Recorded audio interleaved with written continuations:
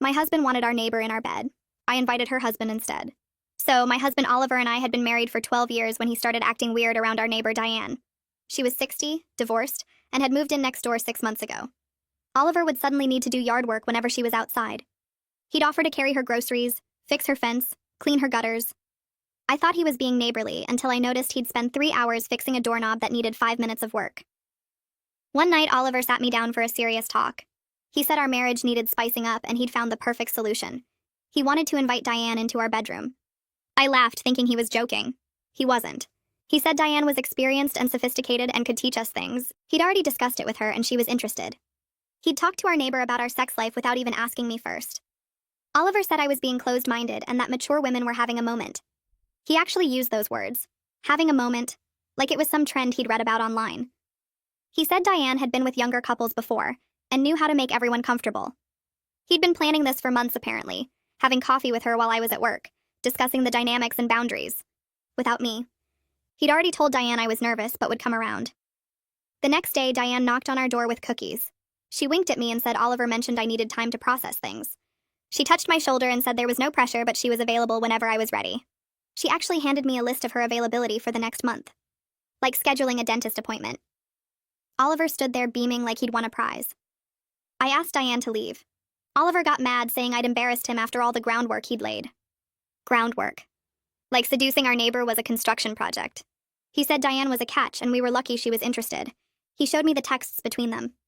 Dozens of messages about what they wanted to do, positions they'd Googled, items they wanted to try. My husband had been sexting our 60-year-old neighbor for 2 months. In one text, Oliver said he'd convince me even if it took time because Diane was worth it. In another, he said I was vanilla and needed someone to show me how to be fun. Diane had responded with eggplant emojis. She was 60 years old using eggplant emojis. Oliver left his phone unlocked one day and I saw he'd joined a forum about age gap experiences. His username was YoungStud38. He'd posted asking for advice on convincing reluctant wives. Someone named Golden Goddess 61 had been giving him tips. The profile picture looked familiar. It was Diane. They'd been role-playing online before approaching me. That's when I learned something interesting. Diane wasn't divorced. She was married to a man named George who traveled for work. He was a long-haul trucker gone 3 weeks out of every month. Diane wore no ring and told everyone she was single. I found George on social media. He looked nice, normal, completely unaware his wife was propositioning couples half her age. I messaged him saying I was his neighbor and had something important to discuss about Diane. He called immediately from somewhere in Nevada. Turns out Diane had done this before, 3 times in 3 different neighborhoods. George would come home to furious neighbors and have to deal with the aftermath. He was tired of it, but she always promised to stop. He said he'd be home in 2 days and would handle it. I told him to come to dinner at our house. Don't tell Diane. The night came and I told Oliver I'd changed my mind. I wanted to try something adventurous.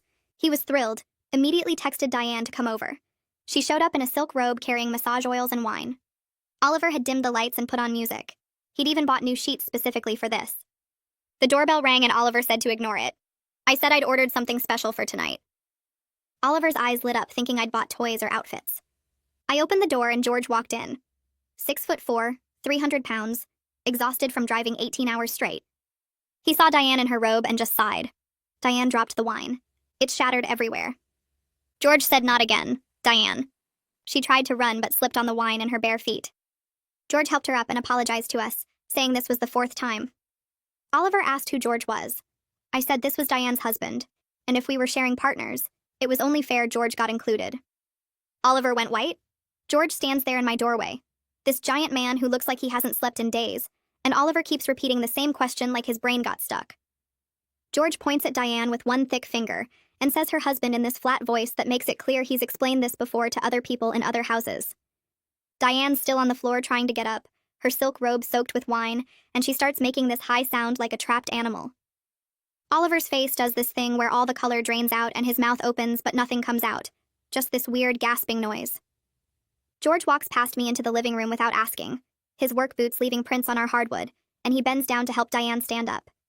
She's bleeding from her hand where the glass cut her, little drops hitting the floor, and George wraps his flannel shirt around it without saying anything to her.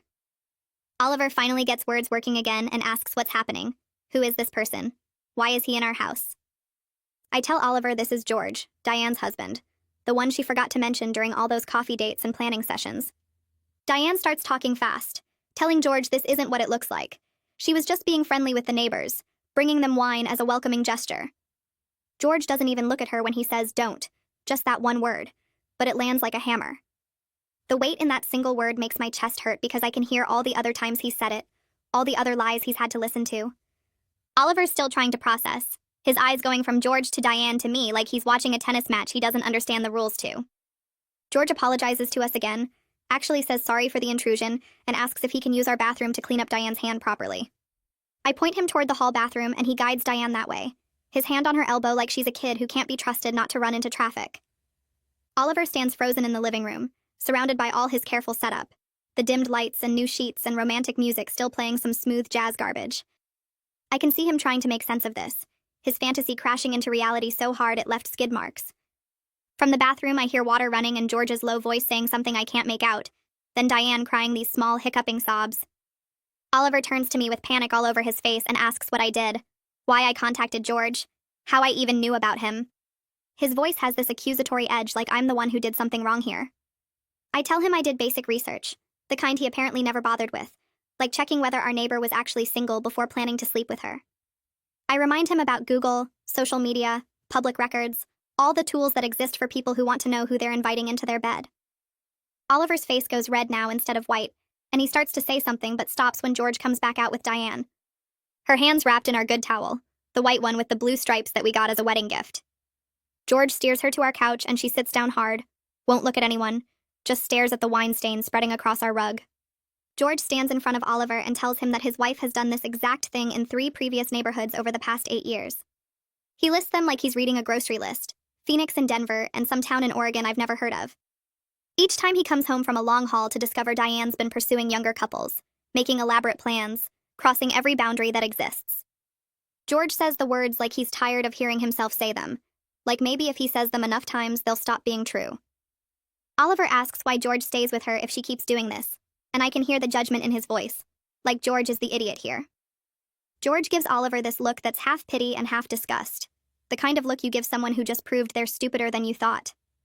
George says marriage is complicated and he's working on it, going to therapy, trying to figure out why his wife does this, but he's not the one who needs to explain his choices right now. He points out that Oliver spent 2 months sexting someone else's wife, planning encounters, discussing positions and toys with a married woman. The word wife hits different when George says it, makes Oliver flinch like he got slapped. Diane finally speaks up from the couch, her voice all shaky and small, saying this is different, that she and Oliver had a real connection, that I was the problem for being closed-minded.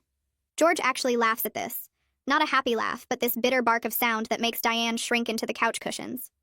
He says she used those exact same words about the couple in Phoenix, said the wife there was too uptight and didn't understand their special bond. He says she told the couple in Denver that their connection transcended normal boundaries, that they understood each other on a deeper level. The way George says it makes it sound like Diane has a script she follows, same lines for different audiences. I ask George if he wants to press charges or pursue anything legal, thinking about Oliver's texts and whether sexting counts as something actionable. George shakes his head and says he just wants to take Diane home and deal with this privately like always, but he looks at Oliver and tells him if I were smart, I'd think hard about what kind of man plans intimate encounters behind his wife's back. He says it quiet but firm, like he's giving advice he wishes someone had given him years ago. Then George helps Diane up from the couch and they leave through our front door. Diane still won't look at anyone, and I watch them cross the lawn to their house next door. Oliver and I stand in our living room surrounded by all his romantic setup, the dimmed lights making shadows on the walls, those new sheets he bought still on the couch where he'd laid them out. The music's still playing that smooth jazz, some saxophone doing slow runs that sound obscene now. Oliver opens his mouth like he's going to say something, but I hold up my hand and tell him I need him to sleep in the guest room tonight because I can't even look at him right now. My voice comes out steady even though my hands are shaking. Oliver protests immediately, says we need to talk about this, that I ambushed him, that I humiliated him in front of the neighbors. The word ambushed makes me laugh, this sharp sound that doesn't feel like it came from me. I point out that he humiliated himself by sexting a married woman for 2 months, joining online forums to discuss me like I was an obstacle to overcome, planning this whole thing without my genuine consent. I remind him about Young Stud 38 and Golden Goddess 61, about all those posts asking how to convince reluctant wives, about him calling me vanilla and saying I needed someone to show me how to be fun. Oliver keeps talking, words tumbling out about how he thought I'd see the light eventually, how he was trying to make our marriage exciting, how this was supposed to bring us closer together. He says it like he's explaining something obvious that I'm just too stubborn to understand. I ask him how destroying my trust and treating me like a problem to solve improves anything. He opens his mouth and closes it again. His face goes through these changes, trying to find an answer that makes sense, but nothing comes out that sounds right. He says he was trying to help, that he thought I needed this, that he was doing it for us. Every word makes it worse because he still doesn't get it. He thinks the problem is that he got caught, not that he spent months planning something without caring what I actually wanted. I tell him I'm sleeping in our bedroom tonight and he needs to take the guest room. He looks at me like I slapped him, but he nods and picks up his phone from the coffee table. The music is still playing that stupid smooth jazz and I walk over and turn it off. The silence feels heavy and thick. Oliver carries his pillow down the hall and I hear the guest room door close. I go to our bedroom and sit on the edge of the bed. The sheets are the same ones we've had for years, not the new ones he bought for his fantasy night. I lie down, but my brain won't shut off. Every time I close my eyes, I see Oliver outside fixing Diane's fence, spending 3 hours on a 5-minute job. I see him having coffee with her while I was at work, discussing boundaries and dynamics like they were planning a vacation. I see those text messages with the eggplant emojis and his username YoungStud38 asking strangers how to convince his reluctant wife. The forum post where he called me vanilla and said I needed someone to show me how to be fun. 2 months of planning behind my back. 2 months of him deciding what our marriage needed without asking me. 2 months of building this whole separate reality where Diane was sophisticated and I was the obstacle. I stare at the ceiling and count the times he volunteered to help her. Groceries, gutters, fence, doorknob, yard work. Always when she was outside. Always finding reasons to be near her. And I thought he was being a good neighbor. I trusted him because that's what you do in a marriage. You trust your partner to tell you the truth, to include you in big decisions, to care about your feelings. He took that trust and used it to plan something he knew I wouldn't want. The clock says 2 in the morning and I still haven't slept. I get up and walk to the kitchen for water. The living room still smells like wine, and I can see dark stains on the tile where Diane's bottle shattered. I think about George helping her up, saying not again with that tired voice. 4 times she's done this. 4 neighborhoods of couples she's pursued while George was driving trucks across the country. And Oliver thought she was sophisticated. He thought she was a catch. He thought we were lucky she was interested. Morning light comes through the bedroom window and I feel like I didn't sleep at all. I hear Oliver moving around in the kitchen and smell coffee brewing. I get dressed and walk out there. He's standing by the coffee maker looking worse than I feel, his hair sticking up in dark circles under his eyes. He pours me a cup without asking and slides it across the counter. He says he's sorry, that he got carried away, that he made mistakes, but he loves me and wants to fix this. The words sound practiced like he's been rehearsing them since 3 in the morning. I take a sip of coffee and ask him what specifically he thinks he needs to fix. He says the whole thing, the planning, not telling me everything, making me uncomfortable. I notice he doesn't say anything about the actual problem. I ask him if he thinks the issue is that you got caught or that you did it in the first place. He blinks at me like he doesn't understand the question. He says both, that he shouldn't have done it and he definitely shouldn't have let me find out like that. Let me find out. Like the problem is my discovery, not his actions. I set down my coffee cup and tell him I can't do this right now. I need space to think and I'm going to stay with Delphine for a few days. His face goes white and he asks if I'm leaving him, if this means divorce. His voice cracks on the word divorce. I tell him honestly that I don't know yet because I can't think clearly while living with someone who treated me this way. He starts to argue, saying we need to work through this together, that running away won't solve anything. I point out that I'm not running away. I'm taking space that I asked for, and he needs to respect that.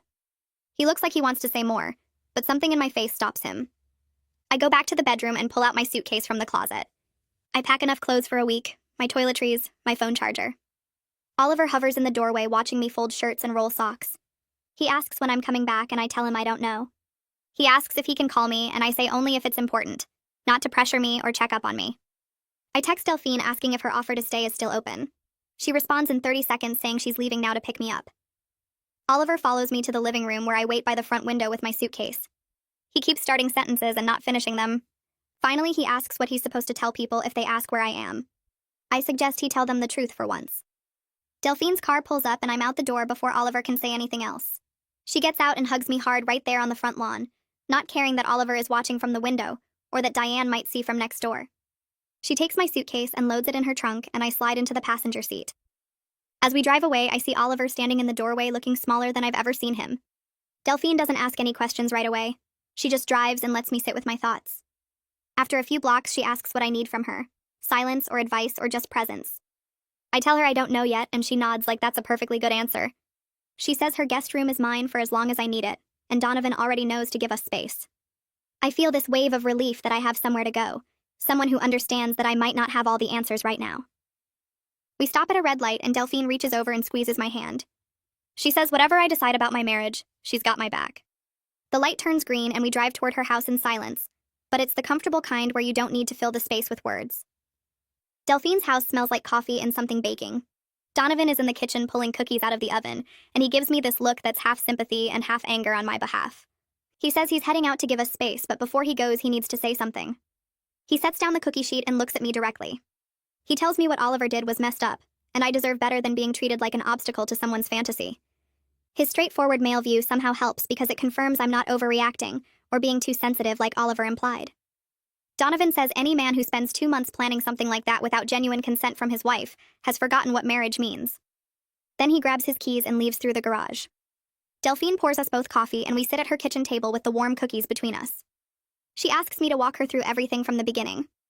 I tell her about Oliver's weird behavior around Diane, the excessive helpfulness, the 3-hour doorknob fix. I tell her about the serious talk where he proposed inviting Diane into our bedroom, about discovering the texts and forum posts, about learning Diane was married and contacting George. I tell her about the confrontation with George showing up instead of participating in Oliver's planned encounter. Delphine listens without interrupting, her face getting harder as the story goes on. When I finish, she sits back and says, Oliver didn't just make one mistake.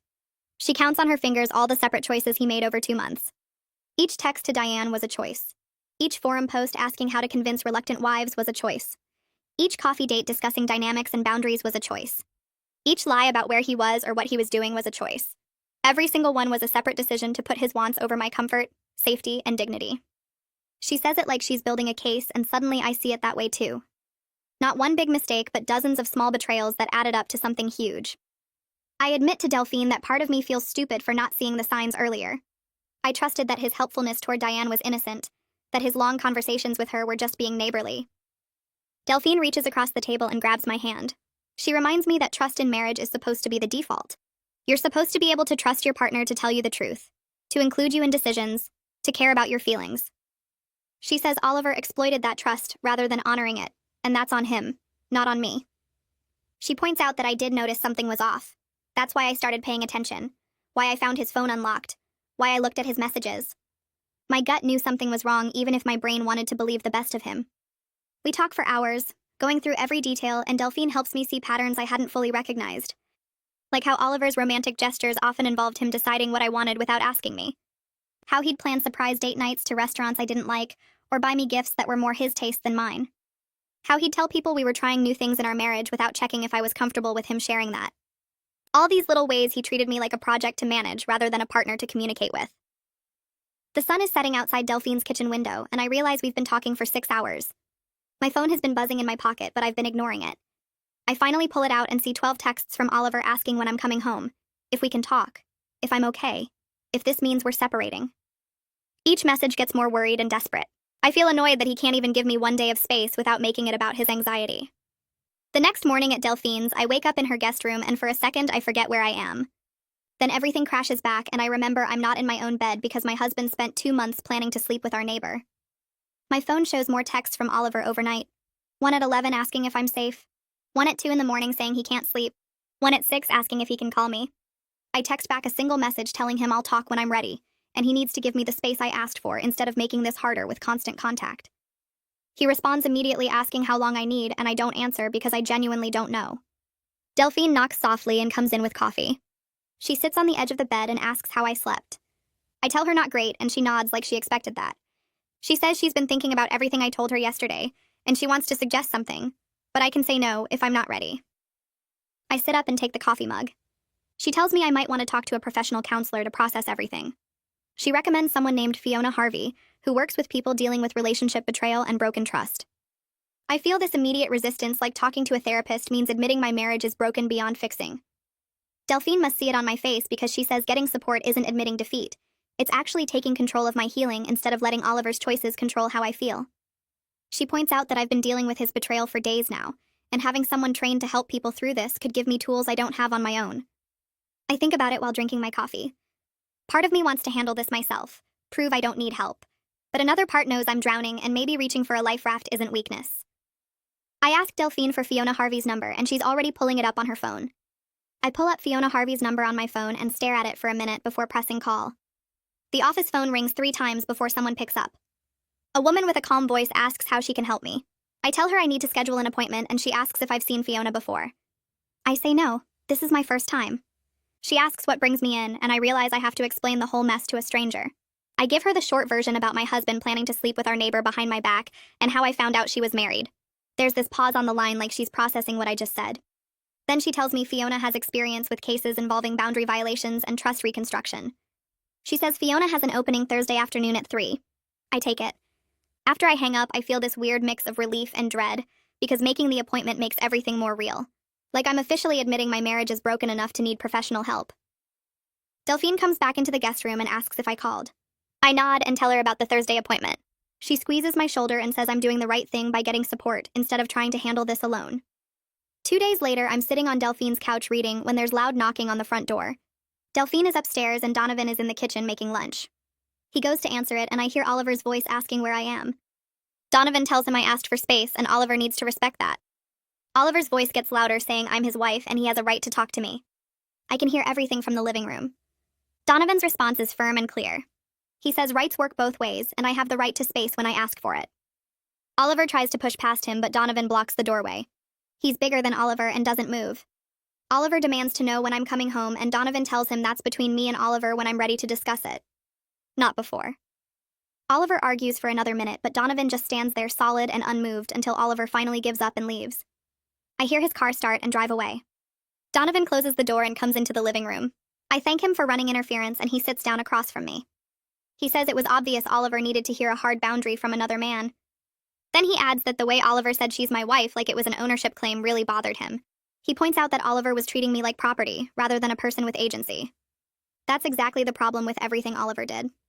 Donovan says Oliver acted like he had the right to make decisions about my body and my intimate life without my real consent, just because we're married. I feel grateful that Donovan gets it without me having to explain. Thursday comes, and I drive to Fiona Harvey's office in a building downtown. The waiting room has comfortable chairs and soft lighting. I fill out intake forms asking about my medical history and current situation. When Fiona calls me back, she's younger than I expected, maybe early 40s, with kind eyes and a calm presence. Her office has a couch and 2 chairs. I take the couch. She asks me to tell her what brought me in, and I start talking. Saying everything out loud to a stranger makes it feel more real and permanent. Like once I speak the words, they become solid facts instead of this nightmare I might wake up from. Fiona listens without interrupting or judging. She takes notes sometimes, but mostly just pays attention. When I finish, she asks questions that help me see patterns I hadn't fully recognized. Like how Oliver's romantic gestures often involved him deciding what I wanted without asking me. She asks about other times he made assumptions about my preferences. I realize he did this constantly. He'd plan surprise date nights to restaurants I didn't like because he liked them.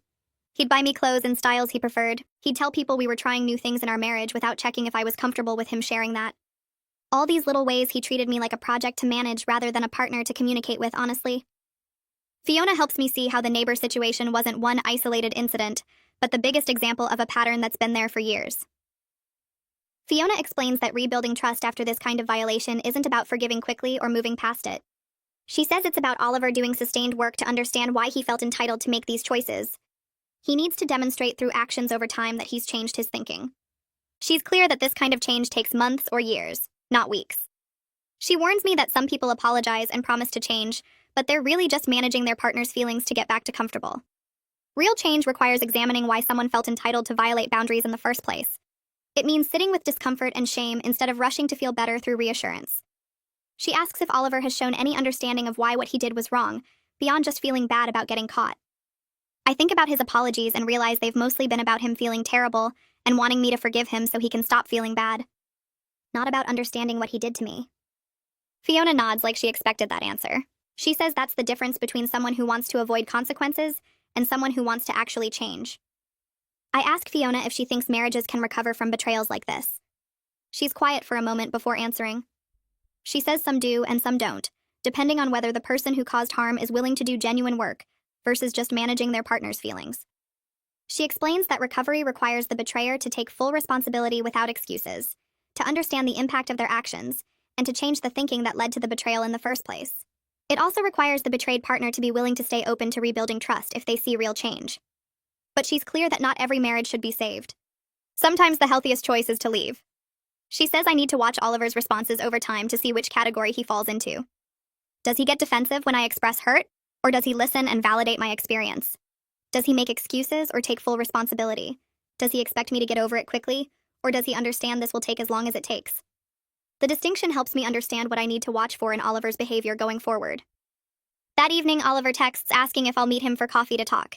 He promises he won't pressure me about coming home. I stare at the message for a while before responding that I'll meet him tomorrow at the coffee shop on Main Street at 10. Delphine sees me looking at my phone and asks if everything is okay.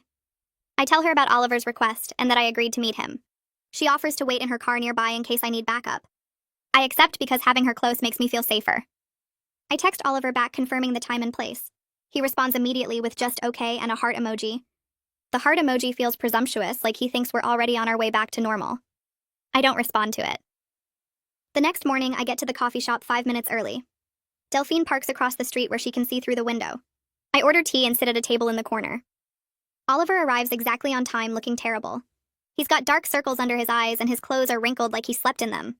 He orders coffee and sits down across from me.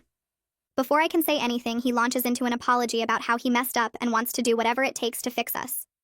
His words come fast and desperate. I hold up my hand to stop him. I tell him I need him to listen more than talk right now because his version of fixing things has been the problem. He closes his mouth and nods, but I can see how hard it is for him to not keep talking. I tell Oliver that I need him to understand he didn't just make a mistake or get carried away. He systematically planned to violate my boundaries over 2 months. He discussed me with another woman like I was an obstacle to overcome. He created an entire secret life around this fantasy with forum posts and texts and coffee dates. Each of those was a separate choice that showed he prioritized his wants over my humanity. I watch his face as I talk. He looks down at his coffee cup and his jaw tightens. I can tell he wants to defend himself, but he's trying to hold back. I keep going. I tell him every text to Diane was a choice. Every forum post asking how to convince me was a choice. Every lie about where he was going was a choice. Hundreds of choices over 2 months to betray me while pretending everything was fine. Oliver finally speaks up, trying to explain that he thought he was improving our marriage. He says he read online that couples who try new things stay together longer. He was scared we were getting boring. His voice cracks when he says boring, like that's the worst thing that could happen. I point out that his fear of boredom doesn't justify treating me like a project to fix rather than a partner to communicate with honestly. I ask him why he never just talked to me about feeling bored. Why he went straight to planning to bring someone else into our bed without having a real conversation first. He doesn't have a good answer. He mumbles something about not knowing how to bring it up. I tell him that's exactly the problem. Instead of being uncomfortable for one conversation with me, he chose to be deceptive for 2 months. He chose his comfort over my consent. I bring up the forum posts where he called me vanilla and said I needed someone to show me how to be fun. Oliver's face twists like I just hit him. He says he was venting frustration and didn't mean it the way it sounded. I tell him to consider that maybe he did mean it, and that's part of what needs to change. How he thinks about me when I don't match his fantasies. He opens his mouth to argue, then closes it. His coffee sits untouched between his hands. I can see him trying to find a way to defend himself without sounding worse. He settles on silence, which is probably the smartest choice he's made in months. I keep going because I need him to hear this. Those posts weren't just venting. They were him seeking validation from strangers that I was the problem, that I was boring and needed fixing. He wrote those things while lying next to me at night, while eating breakfast across from me, while pretending everything was fine. Oliver finally asks what I need from him to even consider working on the marriage. His voice cracks on the word marriage like he's already mourning it. I tell him I'm honest that I don't fully know yet, but it starts with him taking real responsibility without excuses or explanations that minimize what he did. He needs to sit with the discomfort of having caused harm rather than rushing to make himself feel better through my forgiveness. He nods, but I can tell he wants a checklist, a clear path to fixing this. He's still thinking in terms of actions he can take to solve the problem instead of understanding why his thinking was broken in the first place. I watch him process this and see the frustration building. He wants me to give him steps to follow so he can feel like he's doing something productive. I tell him that's exactly the issue. He's already jumping to what he needs to do instead of sitting with what he's done. I tell Oliver I'm going to stay at Delphine's for at least another week, and I need him to not contact me unless I reach out first. His whole body tenses. He starts to protest, saying we should be working on this together. That separation will make things worse. I hold firm and say this is what I need right now. He struggles with this boundary, his jaw working like he's chewing on arguments he knows he shouldn't make. After a long silence, he agrees, and I can see it's hard for him to not be in control of the timeline for reconciliation. He wants to manage when we fix things, when we move forward, when I forgive him. Taking that control away clearly bothers him more than the actual separation. Before I leave the coffee shop, Oliver reaches across the table like he might take my hand. I pull back instinctively and watch hurt flash across his face. He withdraws his hand and apologizes for overstepping. At least he's learning something about boundaries, even if it took blowing up our marriage to get here. Back at Delphine's, I feel exhausted but slightly clearer about what I need. My head hurts from the conversation and my chest feels tight. Delphine is in the kitchen making soup when I walk in. She takes one look at my face and pours me tea without asking. She sits across from me at her kitchen table and waits. I tell her about the coffee shop conversation, about Oliver's face when I mentioned the forum posts, about how he still doesn't fully get it. Delphine listens without interrupting, just nodding in the right places. When I finish, she says it sounds like Oliver is starting to hear that his perspective isn't the only one that matters. Starting to, she emphasizes, which means he's not there yet. She's right, and I know it. Oliver is doing the bare minimum of listening, but he's still focused on fixing things on his timeline. He's still thinking about what this means for him, rather than what he did to me. Delphine asks if I want to stay longer than a week, and I tell her maybe. She says her guest room is mine as long as I need it. Her husband Donovan pokes his head in to say hi and then disappears back to his office. I'm grateful they're giving me space while also making sure I'm not alone. The next afternoon, I have my second session with Fiona. I tell her about the coffee shop conversation with Oliver, about his immediate question of what he needs to do to fix this. Fiona nods like she expected this. She helps me see that Oliver's immediate jump to what do I need to do to fix this is still about him managing outcomes, rather than sitting with what he's done. That's a pattern I should watch for, she says. People who cause harm often want to rush to solutions because sitting with guilt is uncomfortable. But rushing to fix things is another way of controlling the situation, instead of letting the harmed person set the pace of healing. This makes so much sense it almost makes me angry I didn't see it myself. Oliver has been trying to control every aspect of this from the beginning. First controlling the fantasy, then controlling how I should respond to it, now controlling how fast we reconcile. Fiona asks what I want instead of what Oliver wants, and I realize I've been so focused on his actions that I haven't thought enough about my own needs. I tell her I want time. I want him to stop performing fixes and start actually changing. I want to not feel like I'm being managed. Fiona writes something in her notes and says those are good starting points for my own healing work. Fiona suggests I might benefit from talking to her colleague Malachi Harvey, who specializes in betrayal trauma. She explains that what I'm experiencing isn't just relationship problems, but actual trauma from having my reality and safety violated. The word trauma feels dramatic when she first says it. I think of trauma as something that happens to people in wars or accidents, not suburban wives whose husbands sexted the neighbor. But Fiona explains that betrayal by someone you trust and depend on creates a specific kind of trauma that affects how your brain processes safety and relationships. When I think about how I can't sleep and keep replaying everything, how I jump when I hear Oliver's voice, how I feel sick when I think about those texts, maybe trauma is the right word. It feels too big, but also accurate. Fiona gives me Malachi's card and says he has an opening this week if I want to take it. I pocket the card and say I'll think about it. But I already know I'm going to call him because I need help making sense of why I feel so broken over something other people might see as just a relationship problem. I meet with Malachi 2 days later in an office that smells like coffee and has soft lighting. He's younger than I expected, maybe 40, with kind eyes and an easy way of talking that makes me feel less nervous. I give him the short version of what happened, and he doesn't look shocked or judgmental. He just nods and says, betrayal trauma happens when someone we depend on for safety becomes the source of threat. That's exactly what Oliver did when he prioritized his fantasy over my well-being. He explains that my brain is reacting to Oliver the way it would react to any threat because Oliver violated the fundamental agreement of marriage, which is that your partner keeps you safe. When that safety disappears, your nervous system goes into constant alert mode. Everything Malachi says makes me feel less crazy for my reactions. I tell him about not being able to sleep, about replaying the texts over and over, about feeling sick when Oliver tries to touch me. He says those are normal trauma responses, not signs that I'm weak or overreacting. Understanding this as trauma rather than just hurt feelings helps me make sense of my intense reactions. I'm not being dramatic. My brain is trying to protect me from someone who proved he's not safe. Malachi teaches me some techniques for managing the anxiety and intrusive thoughts. Breathing exercises that seem too simple to work, but actually help when I try them. Ways to ground myself when I start spiraling into replaying everything Oliver did. He explains that trauma lives in the body, not just the mind, so I need physical ways to calm my nervous system. Then he says something that makes me want to cry. He validates that wanting space from Oliver right now is a healthy protective response rather than me being difficult or unforgiving. This permission to protect myself feels revolutionary because I've been raised to think wives should prioritize marriage over their own needs. My mom always said marriage takes work and sacrifice. My friends talk about compromise and meeting halfway. But Malachi is telling me that protecting myself from someone who harmed me isn't being difficult. It's being smart. I leave his office feeling lighter than I have in weeks, like someone finally gave me permission to trust my own instincts about what I need. That evening, Oliver texts asking if I'll come to couples counseling with him. He's found a therapist who has availability and thinks we should start working on us together. I stare at the text for a long time before responding.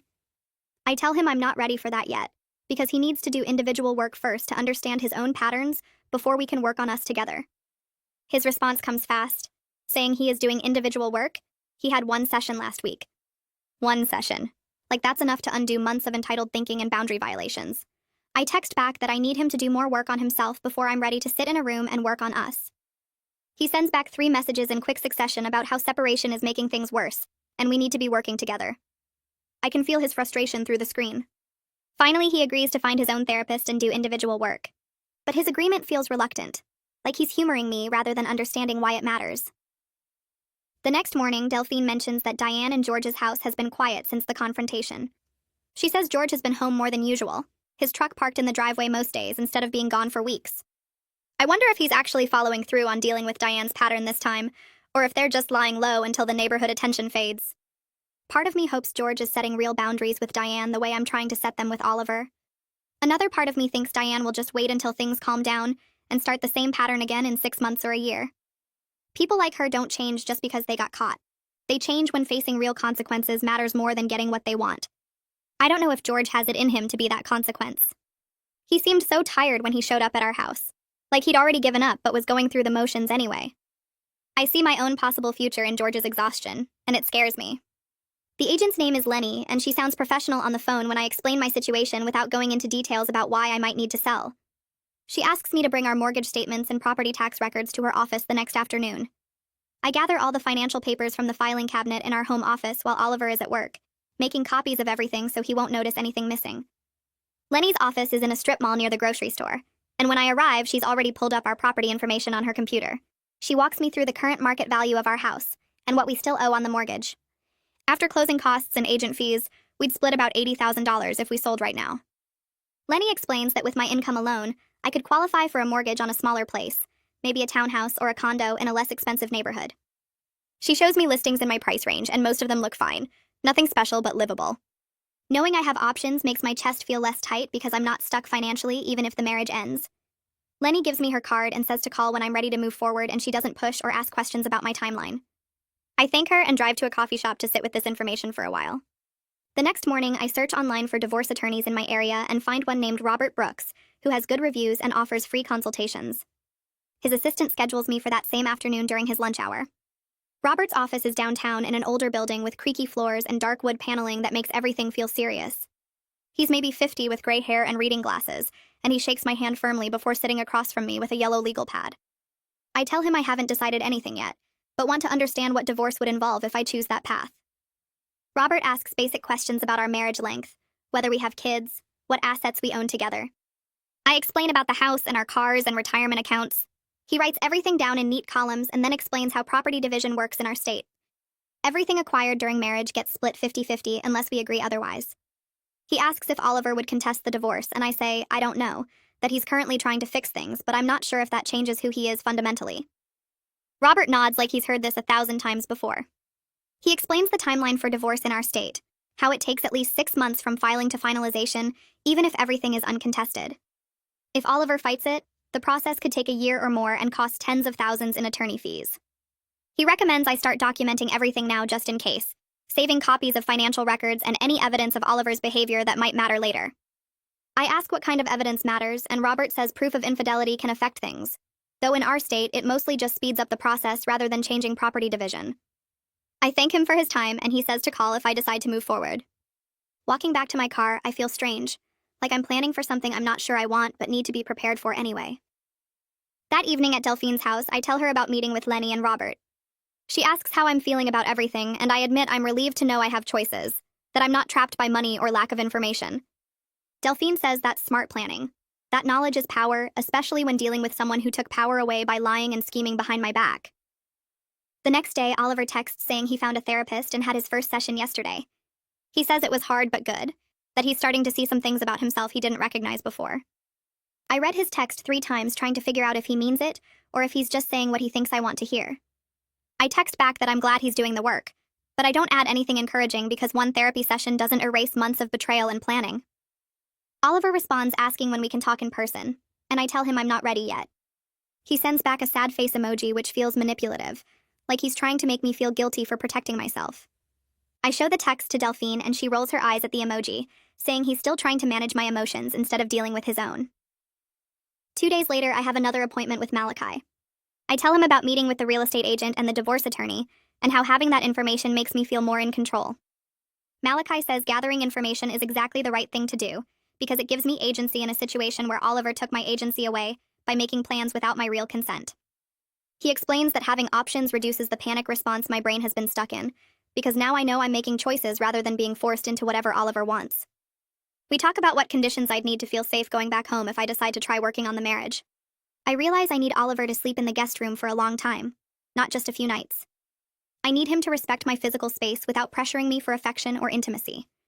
I need him to keep going to therapy consistently, not just one session and then quit when it gets uncomfortable. Malachi helps me write down these requirements so I can communicate them clearly to Oliver when I'm ready. 3 weeks after the confrontation with George and Diane, I wake up one morning at Delphine's house and realize I'm ready to go home.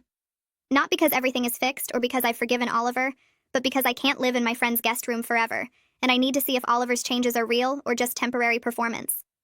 I text Oliver that I want to come home, but I have conditions we need to discuss first. He calls immediately instead of texting back, and I answer. He sounds eager and hopeful, and I cut him off before he can start making promises. I tell him I need him to sleep in the guest room indefinitely, that I'm not ready to share a bed or be physically close. I need him to respect my emotional boundaries without pushing me to talk about us or work on the relationship before I'm ready. I need him to continue individual therapy every week and show me he's actually doing the work, not just going through motions. Oliver agrees to everything quickly, maybe too quickly, and I wonder if he really understands what I'm asking, or if he's just saying yes to get me back in the house. I tell him I'll come home tomorrow and he better have the guest room set up properly. The next day, Delphine helps me pack my things and drives me home. Oliver's car is in the driveway, and when I walk in with my bag, the house smells like cleaning products. He's scrubbed everything, vacuumed all the carpets, done all the laundry. The living room looks different, and it takes me a minute to realize he's rearranged the furniture, moved the couch away from where it was positioned that night when he had his romantic setup planned. He's also taken down the dimmer switch he installed and put the regular light switch back. Oliver stands in the kitchen doorway looking nervous and doesn't try to hug me or touch me. He just says welcome home quietly and asks if I need help with my bag. I tell him I've got it and carry my stuff upstairs to our bedroom, which is now just my bedroom. The guest room door is open and I can see Oliver has moved his clothes and toiletries in there, set up his laptop on the small desk. The sheets on our bed are different, new ones I've never seen before, and I'm grateful he replaced the ones he bought specifically for sleeping with Diane. Living in the same house with Oliver while keeping these boundaries feels weird and uncomfortable. The first few days he's very careful around me, giving me space and not trying to force conversations. He makes coffee in the morning and leaves it on the counter for me but doesn't hover waiting for thanks. He does his own laundry and cooks his own meals unless I specifically say I want to eat together. I watch him to see if this respectful behavior will last, or if he'll slip back into pushing for what he wants. One evening I notice Oliver has his phone face up on the coffee table, and I can see he's deleted Diane from his contacts. He shows me without me asking that he blocked her number and removed her from all his social media. He pulls up his Instagram and Facebook to prove she's not there anymore. He also shows me that he stopped following those age gap forums and deleted his account. I nod but don't thank him because these are things he should have never done in the first place, not achievements that deserve praise. The next morning I'm getting coffee, and I see through the kitchen window that Diane is outside checking her mail. Oliver comes downstairs and I watch to see what he'll do. He glances out the window, sees her, and immediately goes back upstairs to his room instead of finding an excuse to go outside like he used to. Later that week, I'm working in the yard, and Diane comes over to her side of the fence. She tries to make small talk, and I ignore her completely, pulling weeds and pretending she doesn't exist. Oliver comes outside and sees us, and instead of joining the conversation or trying to help Diane with something, he asks me if I need anything from inside, and then goes back in the house. These small actions matter more than his words, because they show he's actually changing his behavior around her, instead of just promising to. George's truck is parked in their driveway most days now, instead of being gone for weeks, and I wonder if he's finally following through on setting real boundaries with Diane, or if he's just monitoring her more closely. Either way, their house stays quiet, and I don't see Diane prowling around the neighborhood like she used to. My next therapy session with Fiona happens on a Tuesday afternoon, and I sit in her office feeling tired from all the thinking I've been doing about my marriage. She asks how I'm managing with the decisions I need to make, and I tell her some days feel clearer than others. She nods and says that's normal, that healing from betrayal doesn't follow a straight line where you feel better each day until suddenly you're fine. Some days I wake up thinking maybe Oliver and I can rebuild something stronger than what we had before. Something built on real honesty instead of assumptions we never actually discussed. Other days I can't imagine ever trusting him again, because every time I remember those texts, or think about him planning this whole thing behind my back, the anger feels fresh and raw. Fiona tells me both feelings are valid and I don't have to pick one and stick with it forever. She says I'm allowed to take as much time as I need to decide about my marriage and there's no deadline for forgiveness or reconciliation. The relief I feel hearing that is huge because I've been putting pressure on myself to figure everything out quickly, to either forgive Oliver and move forward or decide to divorce and be done with it. But Fiona says real healing takes however long it takes, and rushing the process just to have an answer doesn't actually help anyone. That evening, Oliver knocks softly on the bedroom door and asks if we can have dinner together. Not to talk about our relationship or what happens next, just to eat a meal and talk about our days like we used to before everything fell apart. I agree cautiously, and we sit at the kitchen table with the pasta he made, and the conversation is awkward at first with long pauses where we both search for safe topics. He tells me about a project at work, and I mention something funny Delphine said yesterday, and slowly the tension eases just a little. I realize partway through the meal that I've actually missed this. The simple companionship of sharing food and conversation with someone who knows me well. The betrayal is still there sitting between us like a third person at the table, but so is 12 years of history and all the good parts of our marriage that existed before Oliver decided to blow everything up. When we finish eating, Oliver thanks me for agreeing to dinner, and doesn't push for more, doesn't ask if this means we're making progress, or if I've forgiven him. He just clears the dishes and goes back to the guest room, and I appreciate that he's learning to respect boundaries without needing praise for it. A few days later, Oliver mentions during one of our brief kitchen conversations that his therapist is helping him understand some things about himself. He's careful with how he shares this, not using it as an excuse but as genuine self-examination that feels different from his earlier defensiveness. He says he's working on understanding why he felt entitled to make decisions about our intimate life without my genuine consent, why he thought planning everything with Diane and then presenting it to me as a done deal was acceptable. His therapist apparently asked him to think about whether he saw me as a partner with equal say, or as someone whose objections were obstacles to manage and overcome. Oliver admits he's realizing it was the second one, that somewhere along the way he started treating my boundaries as problems to solve rather than limits to respect. He tells me he's also examining why he prioritized his fantasy over reality, why the idea of this adventure with Diane became more important than the actual relationship he had with me. I listen without commenting much because I need to see if these insights lead to real behavior changes over time, not just awareness that fades once the immediate crisis passes. I run into George at the neighborhood mailboxes one morning, and we both freeze for a second before acknowledging each other. He apologizes again for Diane's behavior, and for the whole mess, and I can see he's exhausted from dealing with this pattern that keeps repeating. I tell him I'm sorry he's dealing with this over and over, that it must be hard to come home from long work trips to discover your wife has been pursuing other people behind your back. George nods and says this time is different though, that he's actually insisted on couples therapy and given Diane clear consequences if she violates boundaries again. He says he loves her, but he's tired of being the one who just absorbs the damage and pretends everything is fine until the next neighborhood, the next couple she fixates on. I can hear the resolve in his voice, and I hope for his sake that Diane actually does the work this time, instead of just promising to change until George leaves for his next haul. Walking back to my house after talking with George, I think about boundaries and what I need going forward with Oliver. Hearing that George is finally setting real limits with Diane makes me realize I need to do the same thing, that even if Oliver and I decide to rebuild our marriage, it will have to be a completely different marriage than the one we had before. We need explicit agreements about communication and consent and respect, things we apparently didn't have clearly enough established even after 12 years together. I thought we had those things, but Oliver's actions proved we didn't, or at least that he didn't understand them the way I did. Any marriage we build from here needs to have those boundaries written down and discussed until we're both crystal clear about what they mean, not just assumed and taken for granted. 4 weeks after the confrontation, Oliver asks if I'm willing to start couples therapy together, now that we've both been doing individual work. I think about it for a full day before answering because starting couples therapy feels like a big step, like saying I'm willing to try rebuilding instead of just deciding to end things. But I realize I want to see how we communicate about difficult things with professional support before I make final decisions about whether this marriage can be saved. I tell Oliver yes, I'll try couples therapy with him, and we schedule our first session with Fiona for the following week. Our first couples therapy session is intense in ways I didn't fully expect, even though I knew it would be hard.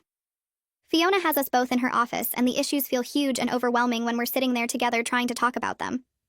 Oliver tries to explain his perspective, and I can feel myself getting angry listening to some of his explanations, and Fiona has to redirect us several times when the conversation starts going in circles.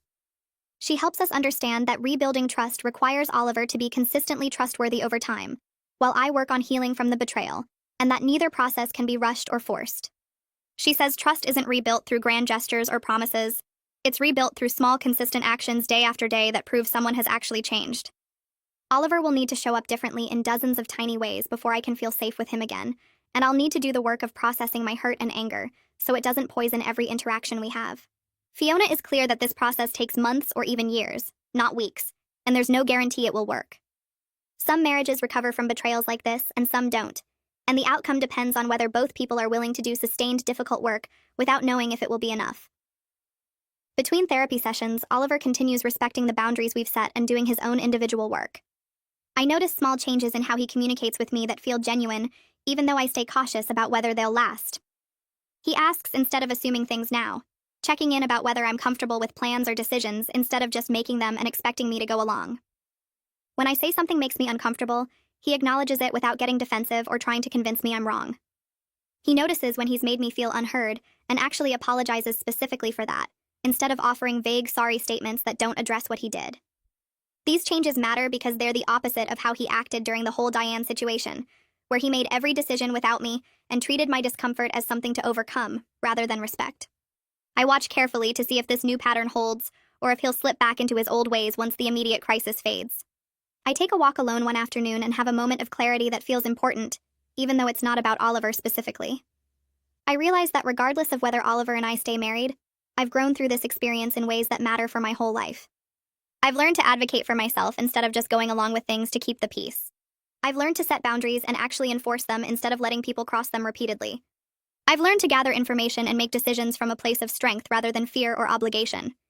Before all this happened, I would have just accepted Oliver's proposal to bring Diane into our bed, even though it made me uncomfortable, because I was raised to think good wives prioritize their husband's happiness and don't make waves.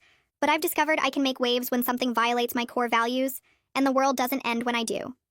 Whether my marriage survives or not, I'm different now in ways I don't want to undo. 2 months after the confrontation, Oliver and I have a breakthrough conversation that feels different from all our previous attempts to discuss what happened. We're sitting in the living room and he starts talking about the harm he caused, and for the first time he doesn't minimize it or try to explain it away with context about his intentions or fears. He just acknowledges that he treated me like an obstacle to his fantasy, instead of a partner whose feelings and boundaries mattered equally to his desires. He expresses genuine remorse for the months of lying and planning behind my back, for the violation of discussing our intimate life with Diane without my knowledge or consent, for making me feel like my discomfort was a problem with me rather than a reasonable response to his boundary violations. Oliver says he understands now that good intentions don't erase harmful actions, that meaning well while hurting someone doesn't make the hurt less real. For the first time since this whole thing started, I feel like he actually understands what he did, rather than just feeling bad about the consequences he's facing. This doesn't fix everything or make the betrayal disappear, but it matters because real change has to start with real understanding. I tell Oliver one night after dinner that I still don't know if I can fully trust him again, or if our marriage can actually recover from this. He sits across from me at the kitchen table and nods slowly, not trying to argue or convince me everything will be fine. He says he understands and that he doesn't expect me to have answers right now. The lack of pressure feels strange because old Oliver would have needed reassurance, would have pushed for me to promise we'd be okay, so he could feel better. This version just accepts the uncertainty and says he'll keep doing the work regardless of whether I decide to stay. I watch his face for signs he's managing my feelings to make himself comfortable, but I don't see it. He looks uncomfortable with not knowing our outcome, and he's tolerating that discomfort instead of making it my job to fix his anxiety. That itself feels like real change, like he's finally learning to sit with consequences instead of trying to control everything. Fiona guides us through creating written agreements during our next couples session. She says we need explicit understandings about communication, boundaries, and consent going forward, because we obviously didn't have them clearly established before. Oliver and I sit with notebooks and actually write down things like how we'll handle disagreements about intimacy, what counts as a boundary violation, how we'll check in with each other about comfort levels. It feels awkward putting this stuff on paper like we're drafting a contract instead of being married people who should just know how to treat each other. But Fiona points out that assuming we just know is exactly what got us here. Oliver assumed he could plan things without my real consent. I assumed he respected my boundaries without needing them spelled out. We took for granted that we were on the same page when we were reading completely different books. Writing these agreements feels like building a new foundation since the old one turned out to be made of sand. Oliver suggests adding a rule about full transparency with phone and computer access, and I'm surprised he offers that without me asking. He says he wants me to be able to check anytime I feel worried, that he has nothing to hide now and wants to prove that through action. I decide after another week of watching Oliver's sustained changes that I want to give our marriage a genuine chance to rebuild.